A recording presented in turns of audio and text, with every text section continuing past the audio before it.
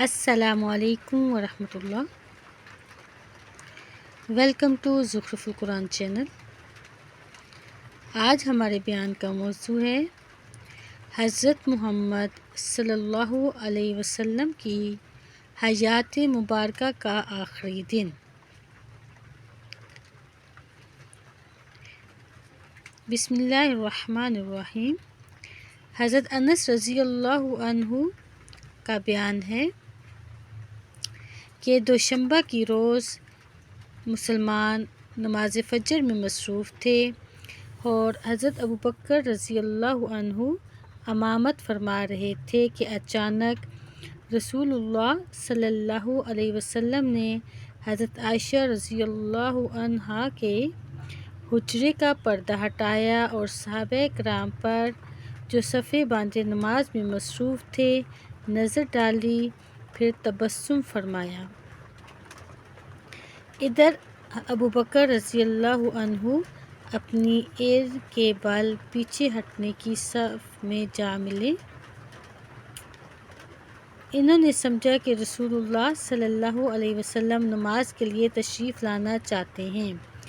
حضرت انس کا بیان ہے کہ رسول اللہ صلی اللہ علیہ وسلم کے اس اچانک ظہور سے مسلمان اس قدر خوش ہوئے کہ چاہتے تھے کہ نماز کے اندر ہی فتنے میں پڑ جائیں، یعنی آپ کی مزاج پرسی کے لیے نماز توڑ دیں، لیکن رسول اللہ صلی اللہ علیہ وسلم نے اپنے ہاتھ سے اشارہ فرمایا کہ اپنی نماز پوری کر لو، پھر حجرے کے اندر تشریف لے گئے اور پردہ گرا لیا۔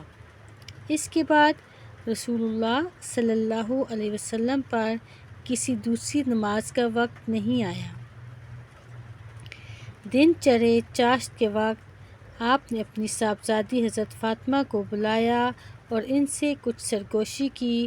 وہ رونے لگیں۔ آپ نے انہیں پھر بلایا اور کچھ سرگوشی کی تو وہ ہنسنے لگی۔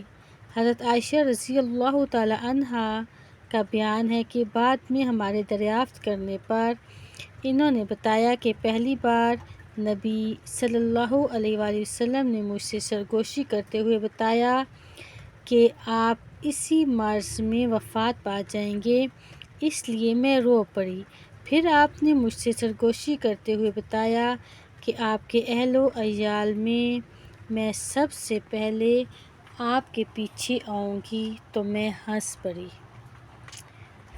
نبی صلی اللہ علیہ وسلم نے حضرت فاطمہ کو یہ بشارت بھی دی کہ آپ ساری خواتین عالم کی سردار ہیں۔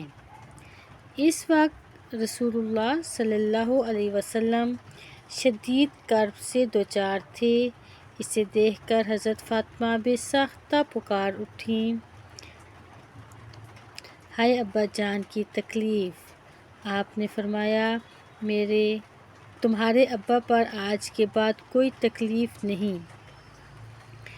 آپ صلی اللہ علیہ وسلم نے حسن اور حسین رضی اللہ تعالی عنہما کو بلا کر چوما اور ان کے بارے میں خیر کی وصیت فرمائی۔ ازواج مطہرات کو بلایا اور انہیں واعظ و نصیحت کی۔ ادھر لمحہ بلمحہ تکلیف بڑھتی جا رہی تھی اور اس زہر کا اثر بھی ظاہر ہونا شروع ہو گیا جسے آپ نے خیبر میں آپ کو کھلایا گیا تھا۔ چنانچہ آپ حضرت عائشہ سے فرماتے تھے، اے عائشہ، خیبر میں جو کھانا میں نے کھایا تھا اس کی تکلیف برابر محسوس کر رہا ہوں۔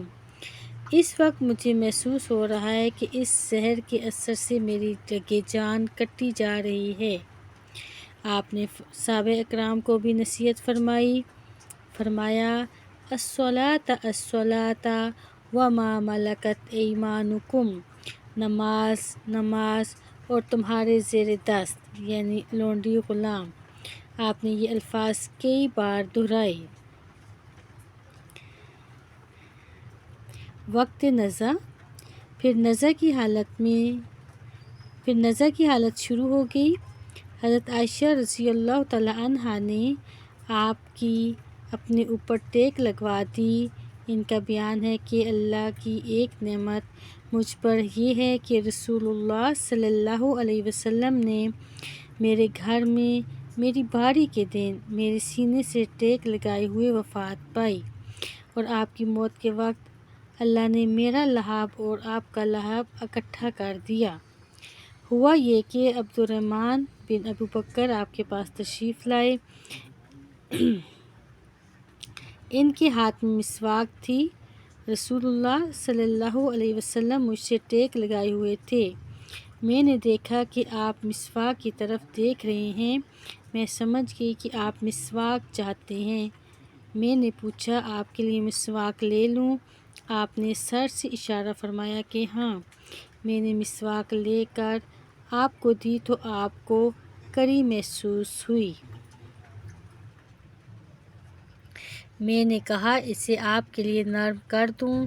آپ نے سر کے اشارے سے کہا، ہاں۔ میں نے مسواک نرم کر دی اور آپ نے نہایت اچھی طرح مسواک کی۔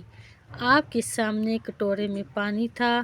آپ پانی میں ہاتھ ڈال کر چہرہ پوچھتے جاتے تھے اور فرماتے جاتے تھے، لا الہ الا اللہ، اللہ کے سوا کوئی معبود نہیں، موت کے لیے سختیاں ہیں۔ مسواک سے فارغ ہوتے ہی آپ نے ہاتھ